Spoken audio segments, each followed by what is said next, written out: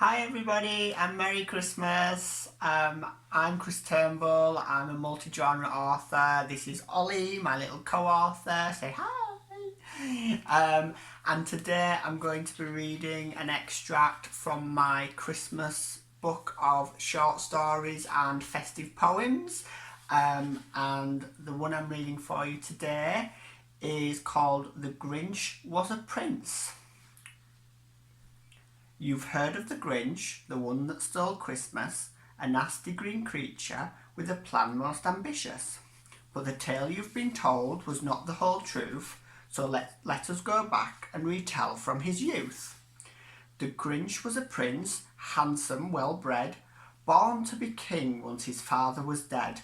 But the prince, he was spoilt and grew up to be selfish, for he would turn up his nose and leave people's dreams melted. It was one Christmas Eve when things took a turn. In his anger he threw things with the smallest concern. All the valuable china and antiques were smashed, but the Christmas tree took the brunt of the bash. His father was furious and threw him straight out. Behaviour like that won't get you the crown. In his anger he screamed, "Who needs you anywhere?" Then he stormed out of the castle in a violent rage. The prince he took off through the snow-covered forest. He would never go back, and that was a promise. Onward he travelled with no place to go, his body turning blue and his face full of woe. As darkness set in, he began to lose hope. In this worsening weather, how was he to cope?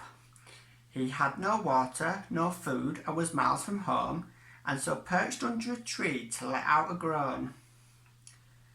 Not too long passed when a light caught his eye. 'Twas a lantern torch from a mere passer-by. The cloaked figure walked fast and took off through the trees, so the prince began running and caught up in a breeze. "Pardon me," said the prince in a tone of such pity. Please help direct me right back to the city."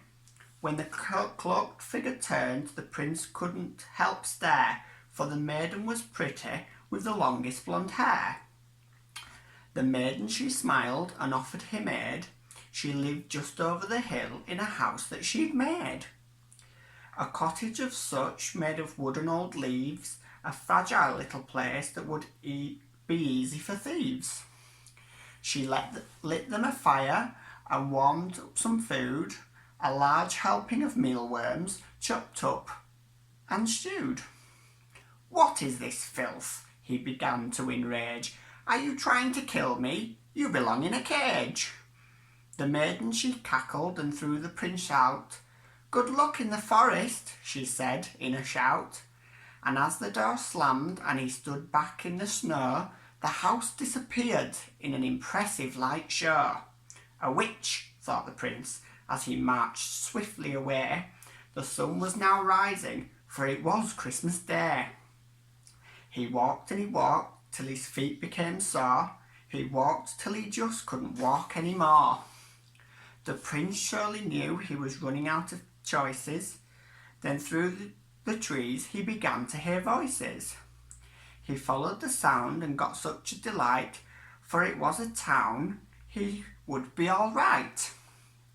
The town was called Whoville. What a funny old name. Clearly whoever named it was a master of game.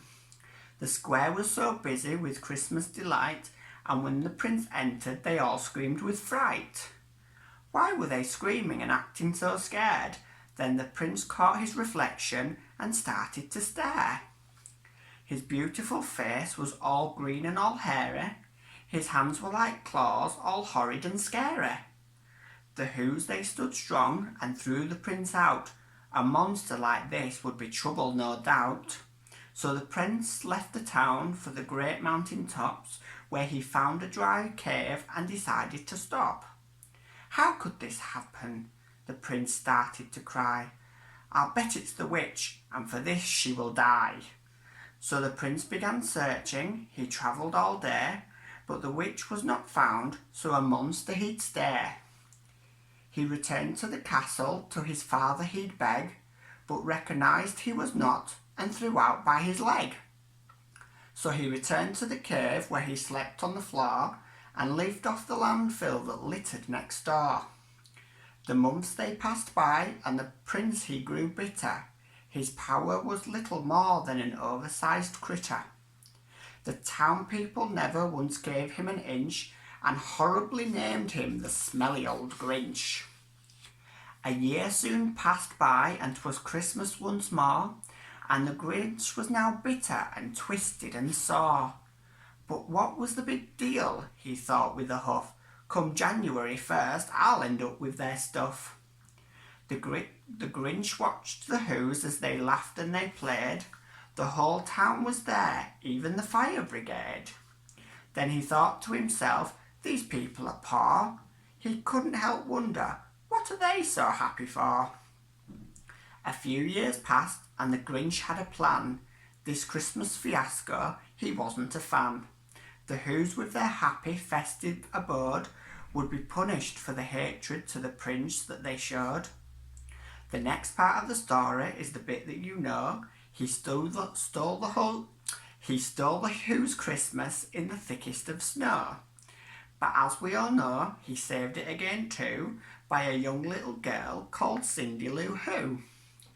So the prince never got to be king of the land and remained with his green, hairy, monstrous hands. But thanks to Cindy Lou, he was welcome to dinner, and for the first time in years, he felt like a winner. So that's one of many stories in the Christmas book. I hope you have a fantastic Christmas. Take care. Goodbye.